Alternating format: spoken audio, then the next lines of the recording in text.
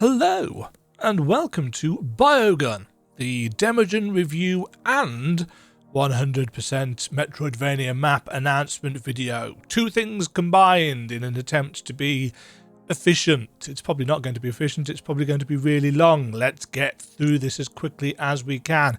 If all you care about is the map guide, whatever guides I've put together, here is a look at the Biogun map that I've put together. The game's got, as you can see, 4 fairly substantial main areas, each of which is split up into numerous subzones, which are organs in this particular game, to explore. I have marked on here the locations of basically everything that you could want. All the collectibles, all the save points, upgrade items, bosses and mini bosses, cosmetic items that you can find and how to get them, the different weapon mods that you can find, the different chips that you can collect.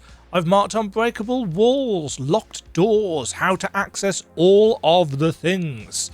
And I've also included full shop inventories so that you can see what are in the shops throughout the game, and a list of what the different chips and tablets do so that you know how much they are, what they do, how to use them, and so on and so forth. Puzzle solutions are on here.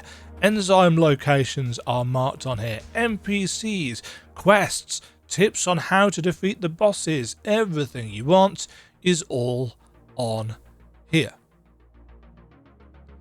But for this game in particular, I've also gone a step further than just producing a map guide. I've produced a second guide. I don't do this very often, but I felt like this would have been a useful one for me to have if I was struggling, so I've put together it for you. Fairly early on in the game, you can get a scanner ability, which lets you, with a click of the right stick, scan the room that you are in. And there's a massive encyclopedia of NPCs, items, enemies, and so on and so forth. I'm going to zip up and down this quite quickly because obviously it's full of spoilers. But in the game, each of these entries has its own picture, its name, and a little bit of a lore thing about what it is. But what it doesn't tell you is what you are missing or where you can go to find what you are missing.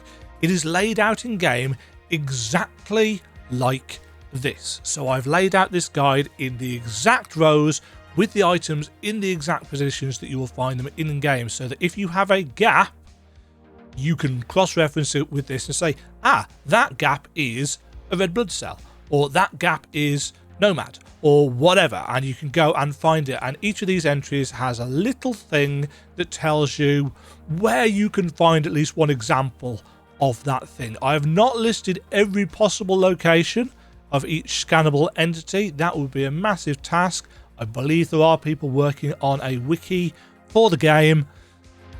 I suspect that information will be on there, but I don't know who's working on it. It's not me. This is what I have put together, and I hope it is useful for you. That's it for the map. You can find the HQ version, the full resolution version of this, over at my coffee.com store. There's a PNG version, there's a JPEG version, so that you can open it on whatever device you happen to be using, as well as instructions to do so. There's also a normal quality version, a free version at a lower resolution, available in my Google Drive, which is linked at www.demajen.co.uk. The scan list is at demajen.co.uk/Biogun.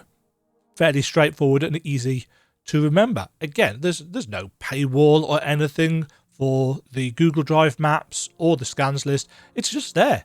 It's free for you to use. Don't steal it and try and sell it on though, as somebody did with one of my other maps a while back. That's just grifty. Let's not be those people, shall we? Let's be better versions of ourselves. That's it for the map. Happy microscopic adventuring, folks. It is time for you to go and get to work. And now, onto the main chunk of this video, the review. As with all Metroidvanias, I've judged Biogun, just like I judge all others, on 3 main pillars: combat, biomes, and the abilities and upgrades that you can collect for getting around and fighting through those biomes. And when it comes to Biogun, these are all fairly easy to talk about. But before we get into that, I want to talk about the controls, because Biogun is a twin-stick shooter Metroidvania, and that's not going to be for everybody, but it does have a couple of default control schemes to try and help you out. It's got the so-called bumper jumper control scheme, which allows you to use the trigger buttons for jumping, and that enables you to focus on using the right stick to aim and shoot without having to do anything weird with your fingers. This was the only control scheme in early versions, pre-early access versions of the game, and I personally found it quite unnatural as a platformer player. I just couldn't get used to having to jump with the bumper, even though when you were holding the right stick it would automatically fire in that direction. It just felt wrong to me. I much preferred the way actually that the Mobius machine did its controls. It too is a twin-stick shooter Metroidvania, but I found it much easier to work with as a platformer, though to be fair, the Mobius machine has a slower pace in comparison to Biogun. Nevertheless, as part of the feedback that I gave to the devs re the early access build, which I got early access to, I had to ask, is a control scheme that mimics the way the Mobius machine's sticky fire mechanic, would that be possible to put into Biogun? And to my surprise, a working version of this suggested control scheme, which is now called the manual fire preset, was in the game within a few hours, and it made such a massive difference to my enjoyment of and my ability to cope with the challenges of the game, just through a change in the feel of the controls. And you might think that that is a tiny thing, but it made a big difference to me, and it could very well make a big difference to you. So if you are struggling with the controls or the feel of the controls, do try both of the presets and the other key rebinding options and see which feels more natural to you, because you can change all of this at will. You are not locked into it. You can go into the menu at any time and change the control scheme. So with that out of the way, basic controls discussed, let's talk about some of the more interesting things to do in Biogun's combat, because it is a shooter. It is a combat heavy game, as shooters tend to be. In a lot of games in the genre, or outside the genre realistically, character progression comes in the form of powering up your character's attacks. Hollow Knight, for example, has the nail upgrades which make you hit harder. Ghost Song had the various stats that you could upgrade to give you a permanent boost in power. Biogun doesn't follow that route. Your main weapon, the Cyto Blaster, has 6 default statistics. It's got damage, rate of fire, energy generation, accuracy, velocity, and range, and those are all fairly self-explanatory. Damage is damage per shot, rate of fire is how fast it fires, accuracy is how much of a spread it has versus the laser pointer, velocity is how fast the shot moves, range is how far it goes. Energy maybe requires just a little bit of an explanation. If you look in the top left of the screen, you'll see a syringe as part of the UI. On that, there are some chunky marks, which are your health pips. Get hit, lose a health pip, pretty standard, albeit a very appropriate display for the world, and we'll talk about the world in a bit. But the fluid, for want of a better word, that fills up in this syringe is your energy. It charges up each time you hit an enemy with your basic weapon, the Cyto Blaster. And there are different weapon mods that you can find throughout the game that have higher or lower energy stats on them that allow you to charge up this fluid, this atomic energy, faster or slower. Why would you want to do this? Well, it's integral to the game mechanics, because energy, just like in a lot of games where you've got builders and spenders, energy can be used to heal. But it is also used to power your atomic weapons. So, you've got your Cyto Blaster, which is your resource building gun, which can be modified with different weapon mods to change the spread of stats, as well as potentially add unique little tweaks to the weapon. Like the Seeker mod, for example, is great for people like me who aren't very good at shooters and don't have an aim, because it gives a little bit of a homing effect to the bullets that you fire. And you've got your atomic weapons, which can be used to spend the resource that you build up. And you'll get your first atomic weapon, the Proton Smasher, very, very early on in your adventure, before you've even fought a boss. It's got an incredibly high rate of fire and range in comparison to the base Cyto Blaster, but it absolutely chews through your energy reserves quickly. So you're going to have to weigh up, am I going to need energy to heal, or do I want to maximize my damage? It's got a nice push and pull with moment-to-moment tactical considerations to be made. The other atomic weapons are all gained from beating specific vaccine bosses in the game. Of the 3 atomic weapons that you can get, in addition to the Proton Smasher, 2 of them are not only weapons, but they fill a unique tactical role in the game. You've got the Viral Rifle, which is a slow-charging sniper weapon, and the Cellbuster is a shotgun. And both of these are not just guns, which you're going to need energy for, but they are also Metroidvania powers, in the sense that they can get you through specific barriers, again at the cost of you having the resource to spend on them. So you've got to be thinking a little bit more tactically. Am I going to use my energy to heal? Am I going to use my atomic weapons in combat, or am I going to save them for a potential barrier that needs overcoming? I particularly like the Viral Rifle, and I used it for most of the various playthroughs I've done of the game. Its traversal unlock is that it can open very specific lock gates, as well as shoot through scenery. Around the map you will see these dull kind of green discs or dots or lights within wall, and if you can line up your laser pointer for the Viral Rifle and shoot through all of those dots at once, it will open up, activate a particular nearby gate that will allow you to progress forward, or perhaps access secrets that you couldn't get to before. If I could offer one fairly tiny critique of this system, it's that the first 3 atomic weapons all felt useful throughout the game, but the final one, the Atom Splitter, didn't have an associated barrier to get past, and I think that's probably a missed opportunity. Could have been down to time, could have been due to the nature of the gun. Whatever the reason, there's only a single collectible in the entire game. There's only a single mandatory use for the Atom Splitter. That being said, it's still a really fun gun to fire. So there's a lot of variety in the gunplay here. All of the weapons feel tight, responsive, fun to use. Naturally, it helps that there's a massive variety of enemies to fight, including a significant number of bosses to down. There's about 30 at a quick count, which I'm going to talk about in their own section later on. But it is somewhat difficult to talk about the enemies and what makes the enemies in Biogun interesting without talking about where the game, for me, really shines and stands out. Its art and its world. So let's talk Biomes.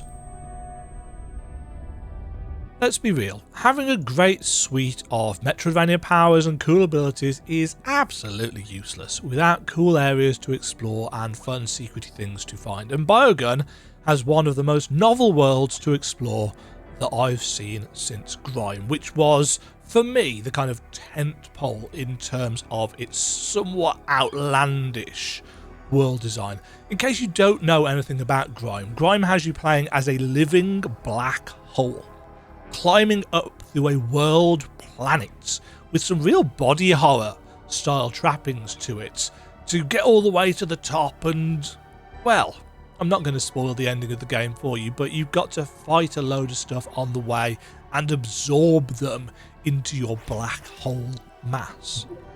Biogun works on a smaller, you could say, microscopic scale. You, on this microscopic adventure, are an adorable pig-based vaccine called Beck, and you are fighting through the game world the virus-riddled body of a dog. Default name Penny, though you can actually name the dog, which is your save file name, whatever you desire. So if you have your own dog, you want some of those extra feels, you could call it after your own pet to give you that extra bit of emotional attachment, if you want. I don't have a dog or any pets. Each biome is essentially an organ or system in Penny's body, and you have to fight your way through the various obstacles, overcome the various challenges to strike at the heart of the virus that's dug into your dog Penny's organs that threatens to kill both her and all of dog kind. The actual setup in the intro sequence is quite good. From your starting point, you'll make your way through the womb, the colon, the liver, the lungs, the heart, fighting a wide variety of creatures. They're all fairly well based on real things that can infect a body or are the natural part of a living being. They've got great designs, quite clever designs, interesting movesets, and they pay homage to things we've seen in the genre before, but still look new and visually distinctive. Even a quick glance at the scans guide I mentioned earlier should have revealed to you that there's over 50 enemy types, each based on some aspect of biology, giving a somewhat cute or adorable or disgusting life. For example, white blood cells are part of wound and bacteria control, WBC, in Biogun, and they're essentially the police force that polices Penny's body and stops foreign material getting to where it shouldn't be, just like white blood cells do in actual biological bodies. It's quite clever, and the game is full of things that do that. So if you know anything about biology, there are some of those things that you're going to say, oh yeah, that's quite cleverly done, I see what they've done there. So as well as this kind of novel way of approaching enemies because of the world, there's this visual distinctiveness that you can just look at the trailers, and I think that is a big draw for Biogun. One of the two lead programmers, one of the two programmers, there's only two of them in the team, but John, one of the two programmers, he started the project as the artist, and he's learned how to do the programming side of thing as he's gone on, and it is clear that he's got a very distinctive art style. He knows what he's doing because all of the art, all of the characters in this game are clean and crisp, and let's be honest, quite frankly, adorable in a lot of ways. Even the most disgusting enemies are kind of cute. So obvious care and attention has been poured into bringing every aspect of this world to life. Every NPC, every enemy has got obvious character. And I challenge anyone to look at the cluster cell and tell me that you do not want a plushie of it, especially one that you can squeeze and it makes the sound that it makes when you stand on it. I don't even collect plushies. I'm a 43-year-old bloke, but I want a plushie of this thing, and it's got to make the sound. We've got these visually distinctive biomes: heart, lungs, bladder, womb, colon, with a great mix of platforming challenges, visual language, and obstacles to overcome that, let's be honest, they're a must for a solid Metroidvania experience. And whilst Biogun never really gets truly challenging in its platforming, a la Hollow Knight's Path of Pain or any of the more difficult challenges in Prince of Persia: The Lost Crown, what is here is still well thought out. There are spikes to avoid, barriers to work your way past, moving platforms that are powered by your own blaster shots, drones to bounce on or ricochet through, blocks to push into place, mazes to fly around, pits to avoid falling into, and rooms filled with darkness that can only be briefly illuminated by shooting clumps of luminescent crystals nearby. It is a game world designed by people who know what they're doing, but who don't want to go out of the way to frustrate you with the challenges they're putting before you. That's not an easy balance to strike. I feel Biogun does it very well. Talking of getting past these various challenges, let's talk traversal abilities and rewards. Because conquering these enemies and challenges requires the discussion of the third pillar, the powers and tools we find to enhance combat and aid in getting to new locations, be it on the critical path or be it going out of our way to upgrade our character to get secrets. There is the almost mandatory for the genre now, double jump, which is gained fairly on, but there are also other powers like a hover ability, a down smash which lets you bounce on drones or enemies for extra height. There's a reflective shield to counter enemies' ranged attacks and a charged air dash to defeat otherwise shielded enemies.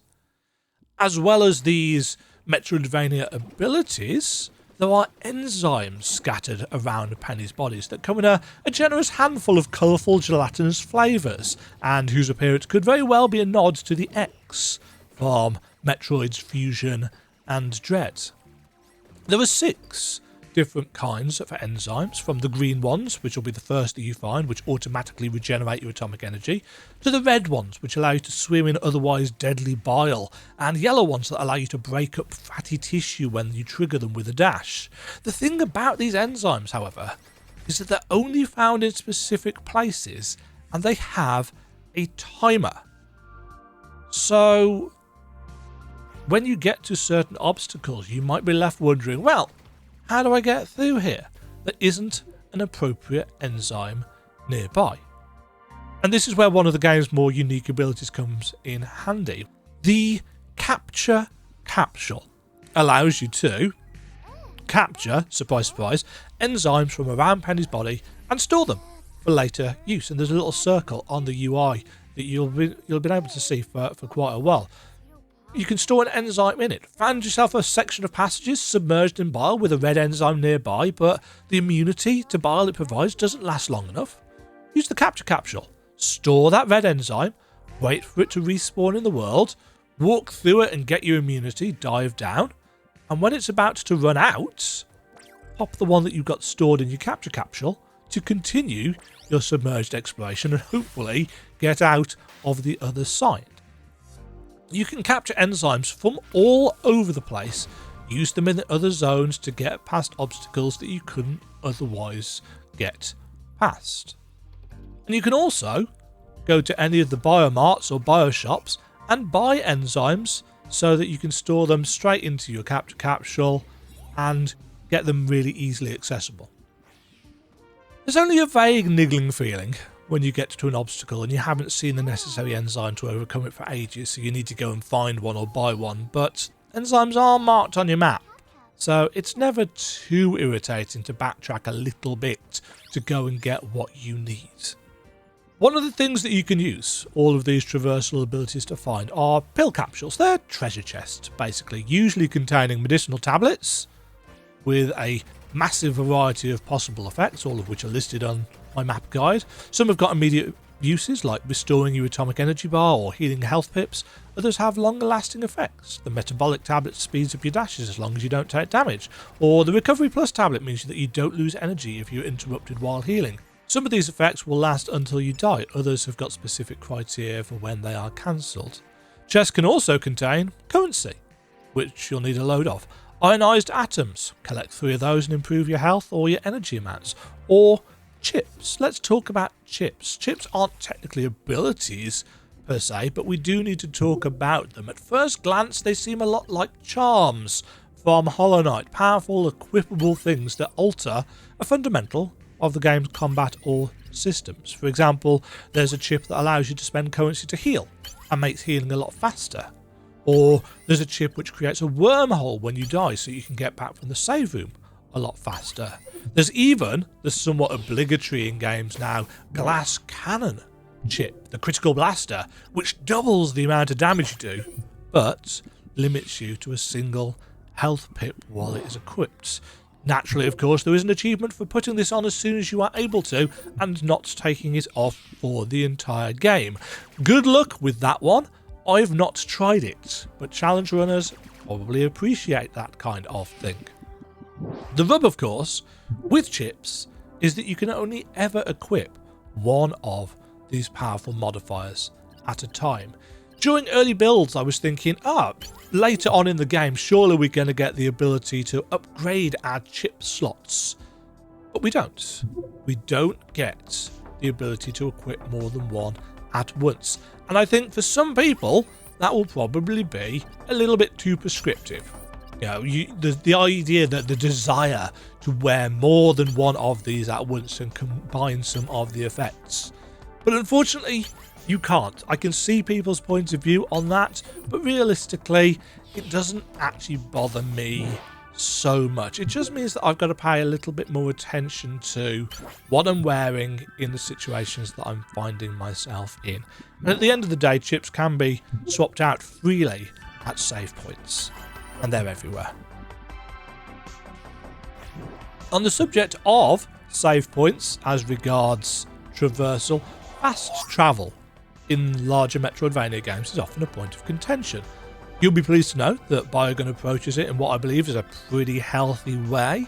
Each organ in Penny's body has at least one, and often more, save points that also act as injection zones. These are areas that are close to the skin, where Doc X, the scientist who's trying to solve the problem that is facing dogs everywhere and get rid of this virus, he can inject the dog, draw you out using his syringe, and inject you into another place in the body. Let's not think too much about the fact that realistically sticking a syringe in the lungs is probably a bad idea.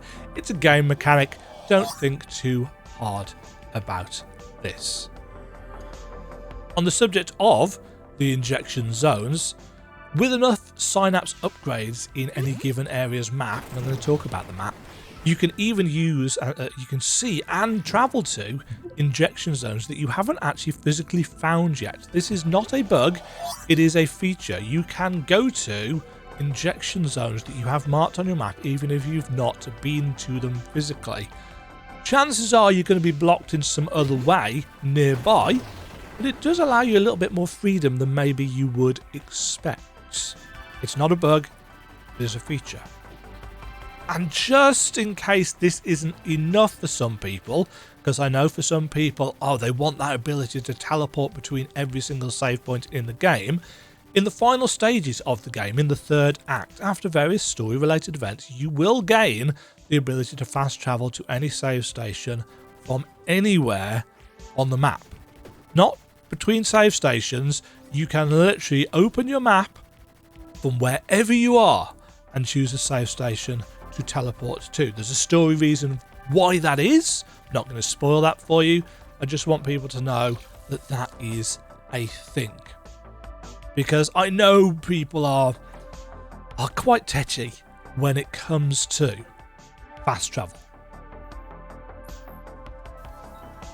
Bosses and challenges.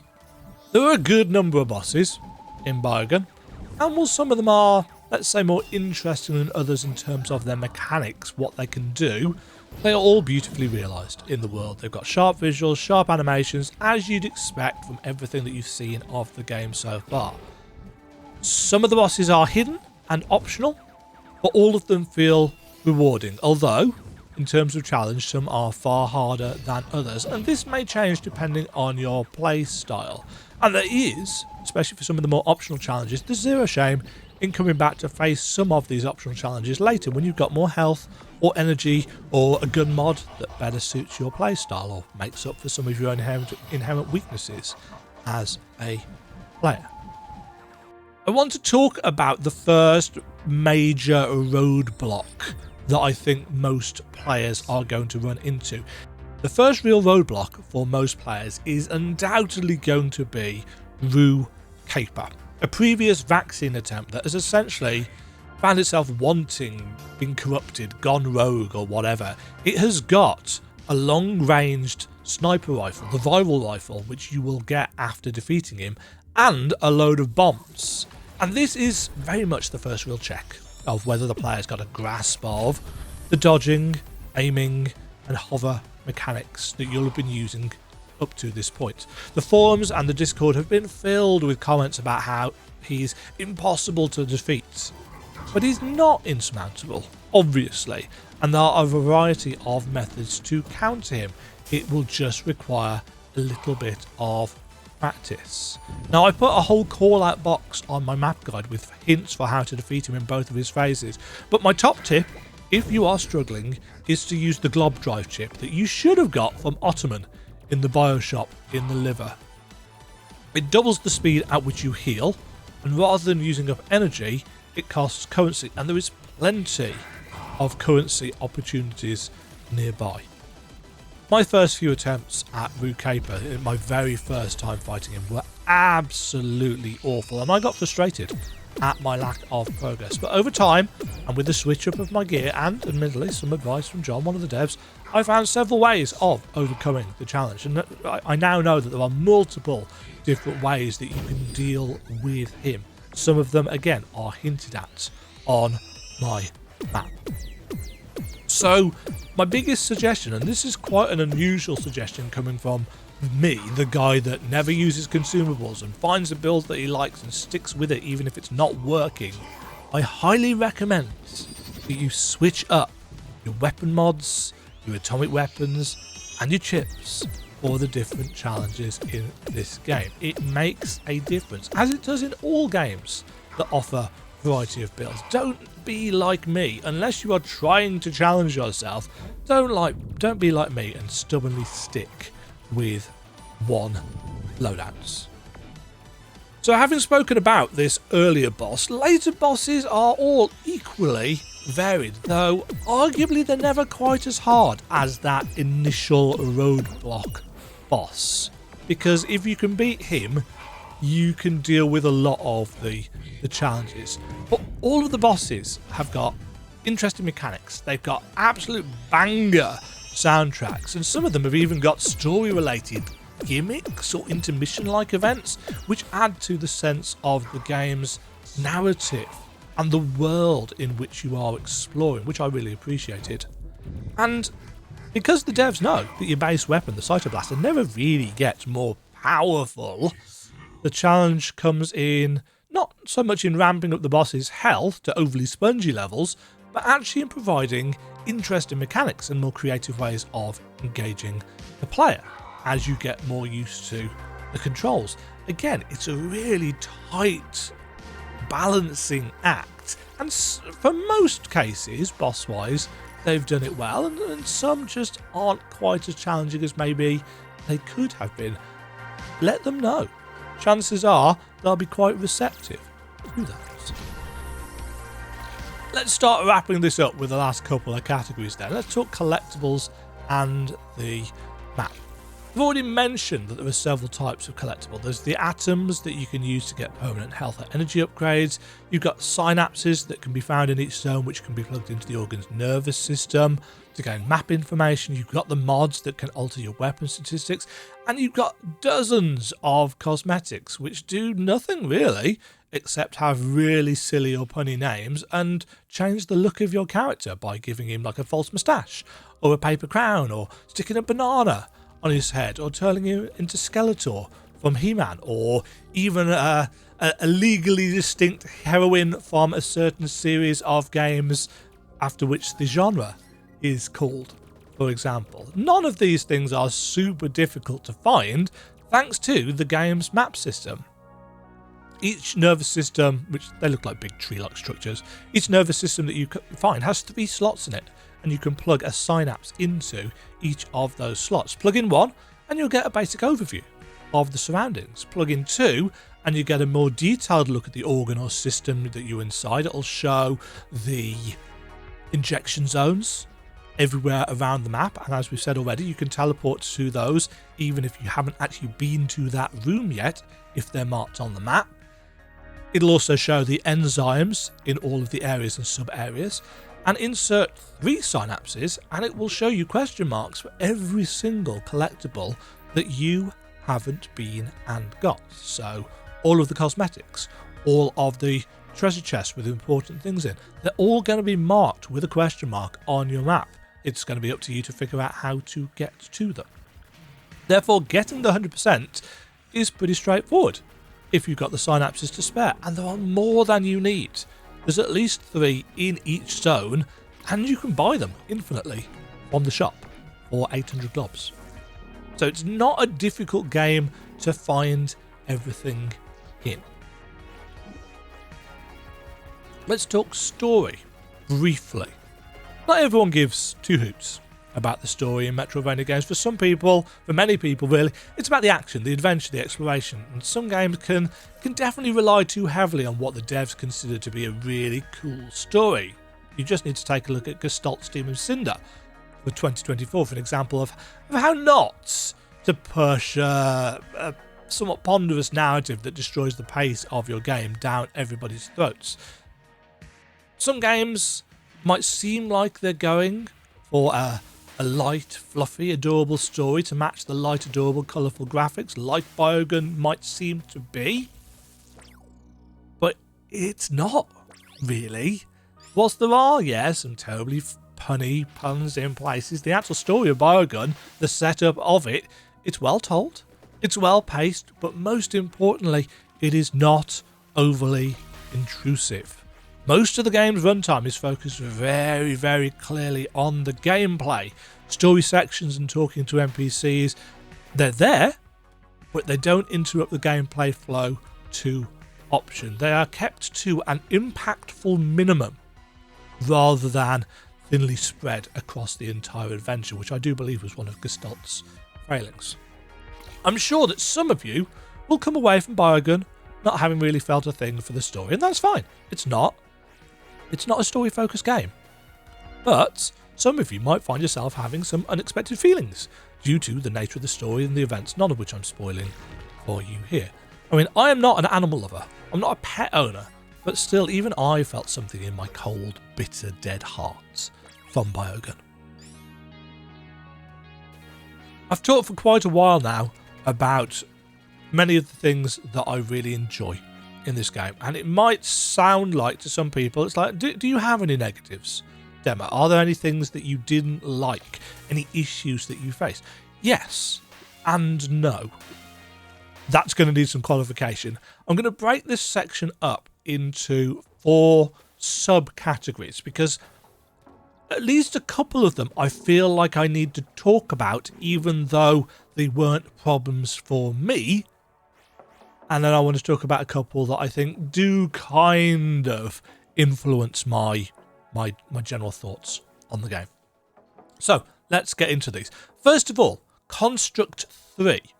I'm going to say right away that the main possible negative people are going to have with Biogun isn't actually a problem I've had to deal with. This is not something that affected me at all. Biogun is made in the Construct 3 engine, which is to the best of my understanding, a JavaScript and browser-based video game engine, which is particularly useful for people for whom various programming language haven't been part of their skill set and or education. So they don't know C# or C++ or Python or whatever. It's a visual scripting engine, but because it is browser-based, it does seem as an engine to have some issues when it comes to more complex or larger games, especially when running on lower end systems. I know they really wanted the game to be smooth running and perfect and so on and so forth on the Steam Deck, because so many people nowadays have Steam Decks for gaming on the go. Unfortunately, Biogun doesn't necessarily run particularly well on the Steam Deck. I don't know how bad this is because I don't have a Steam Deck. I'm never going to get a Steam Deck, but I've seen enough threads on the Biogun Discord and on the Steam forums to know that it has been a major issue with the game using double the amount of RAM it should do due to its browser-based nature and how the Steam Deck optimizes browsers. It is a limitation of the game engine itself by the sound of it. And it doesn't seem like Steam or Construct 3 are going to be doing much in terms of working on a solution to this.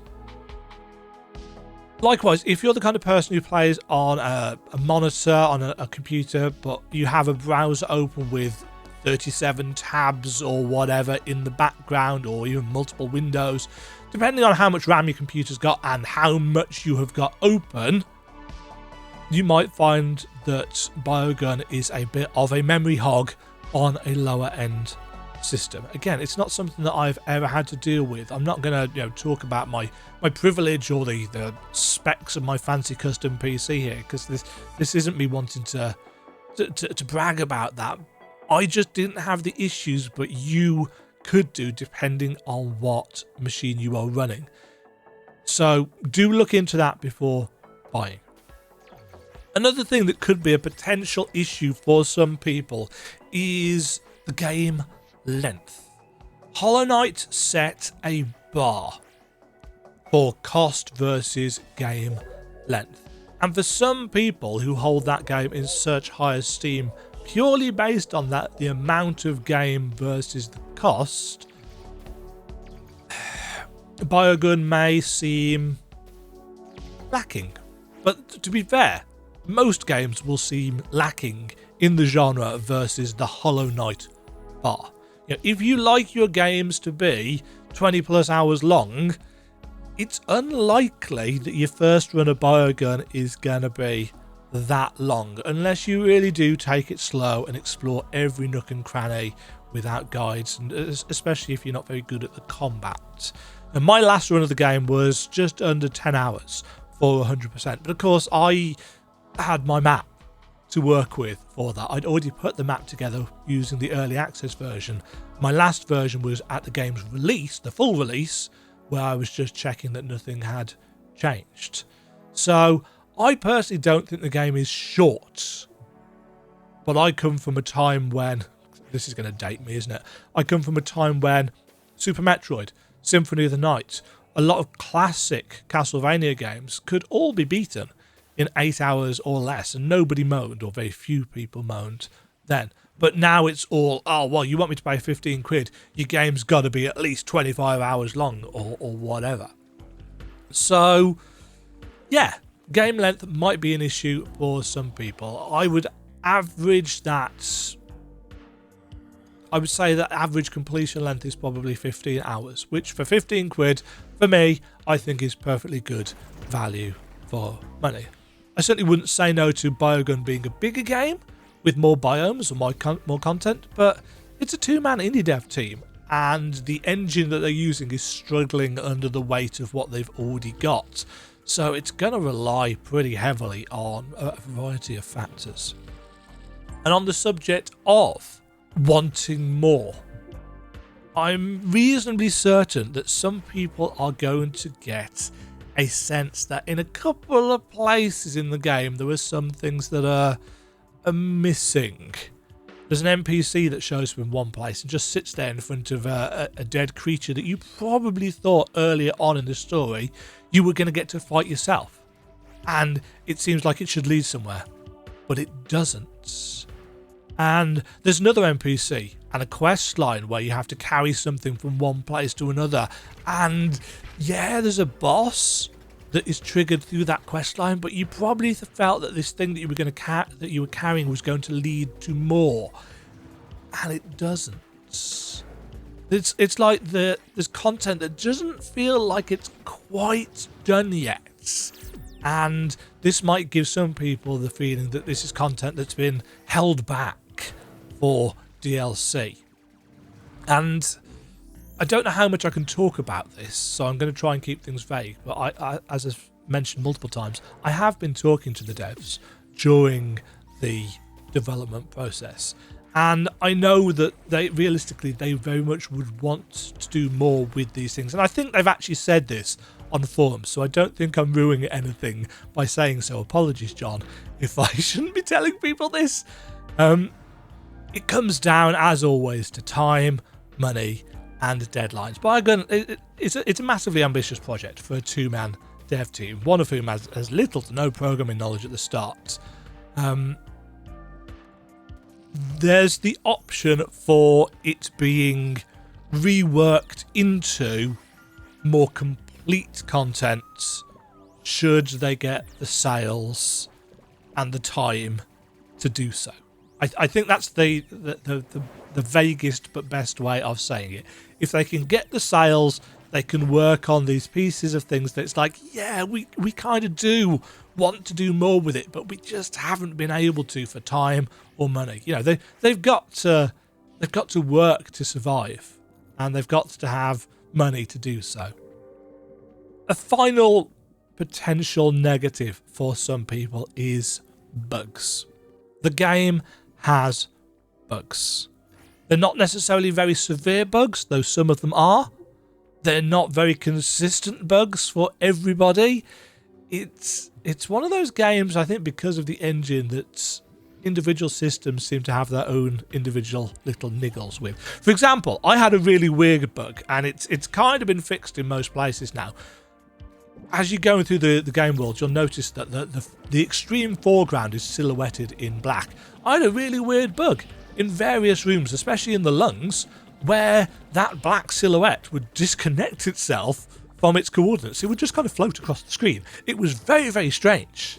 You know, it completely detaching itself from its anchor points and drifting around. Very few people have reported this one, according to the devs. Other people have reported they're getting stuck indoors, getting out of bounds, etc., etc. There are bugs, and they are being fixed up. But this is going to come down to the kind of devs versus polish dichotomy and what your expectations are. Some people don't care how small a team is, they just want absolute perfection in the product that they've paid for. And I understand that point of view. Don't agree with it particularly, but I understand that point of view. They want a product that they have paid money for to work in all ways at all times. I understand that. But equally, it's a two-man dev team working with an engine that, as it turns out, has shown more and more limitations as the size of the game and the kind of completion status of the game has come to its 100%. And changing the game engine to Unity or Unreal or whatever, that would be months and months, literal months and months of work. It's not something that they can do at the snap of a fingers, as some people have suggested. I don't think too many people have had like torrents of bugs. The bug reports on Discord and the forums have all been from lots of different people, but there have been issues.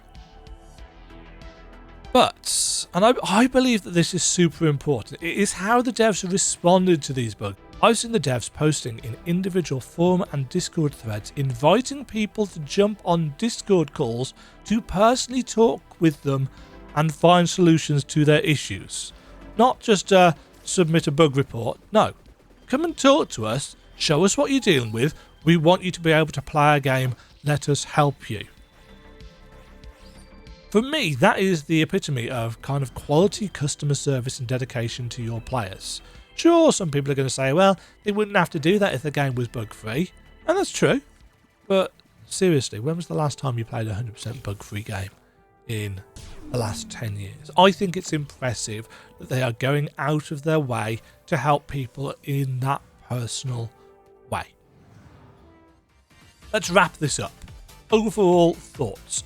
Where on my Metroidvania tier list would I stick Biogun? This is a review, such as it is, after all. Well, if you check out my tier list with any regularity, you'll actually know that Biogun's been on my tier list for a while now. I put it on there as soon as it came out of early access and I completed the new content. I just haven't had the time to get around to this because of hospital visits and chronic back pain and so on and so forth. Biogun for me is in the A tier. It's right towards the top of the A tier. I don't normally order the games within A tier, I just stick them in as I play them. But for me, it's up there with games like Metroid Dread and The Last Faith. You'll note that there aren't any Metroid-likes or shooters at all in my S tier. And I think that generally says something about me and what I like and prefer in a Metroidvania game. I like them to be generally challenging melee-based games, often with Souls-like elements. There are definitely some challenges to Biogun, but it's a shooter. My aim isn't great. It's not a playstyle that realistically I love, and even with something like the Seeker mod that makes up for in many ways my piss poor aim, it's just not my preferred playstyle, and yet it's up in the A tier. So that says something about how much I really like the game, even though realistically I'm not a shooters guy. It's a fabulous looking game, it has got an excellent soundtrack, and it is jam-packed with charm, humour and the occasional feel. So it's there. Top of A tier with The Last Faith, Metro Fusion, Nine Souls, Vigil, The Longest Night. Being up there is nothing to sneeze at. And that is my review of Biogun. One final thing before we go. Disclaimer. A review copy of Biogun was provided to me by the publisher before the game's early access period officially began. So I got the opportunity to play the early access version of the game a week before the early access actually started. But I was, and you'll know this if you've watched my playthrough of the demo, I was going to buy the game anyway, based on the Next Fest demo. So it's 15 quid. It's great value for money, in my opinion. There we go. That is my review. A very long, as is typical of me, an in-depth review of what I like and don't like and what I think other people might dislike about Biogun. Apologies for the somewhat generic footage all the way through. Apologies for the somewhat croaky nature of my voice. As I said, I was in hospital having injections in my back a couple of days ago. I'm recovering from that, and I'm not feeling, my best. But I wanted to get this recorded and out because the game's been out for over a couple of weeks now. And as far as I'm aware, it's doing well, and I'm really, really happy for the devs that sales are looking decent so far. Yeah, the concurrent users on Steam and the reviews on Steam are generally pretty good. And that falls in line with what I'm thinking as well. As always, if you've liked my review and you like my content in general, give the video a like, subscribe for more. You can head on over to coffee.com, pick up a copy of the Biogun map over there, or just toss me a donation if that's the way you want to support me. It's all gratefully appreciated right now. And I'll catch you all in the next video, whatever that may be. I need to go and rest my throat now because I am sounding croaky. Sorry about that, folks. Have yourselves a fabulous day. Enjoy Biogun if you have picked it up. If you've already finished it, tell me what you thought of it in the comments down below. Did you think it was great value for 15 quid? Because I did. I've got like 55, 60 hours played in the game at this point, and God knows how many, 30 plus hours in terms of making the map over the various early access variations of it. Have a great day, stay safe, stay fabulous. Cheerio. Thank you very much for watching. If you enjoyed the video, why not click the like button and consider subscribing. Remember, you can ring the bell notification icon to get notified when new videos go live. And until next time, cheerio.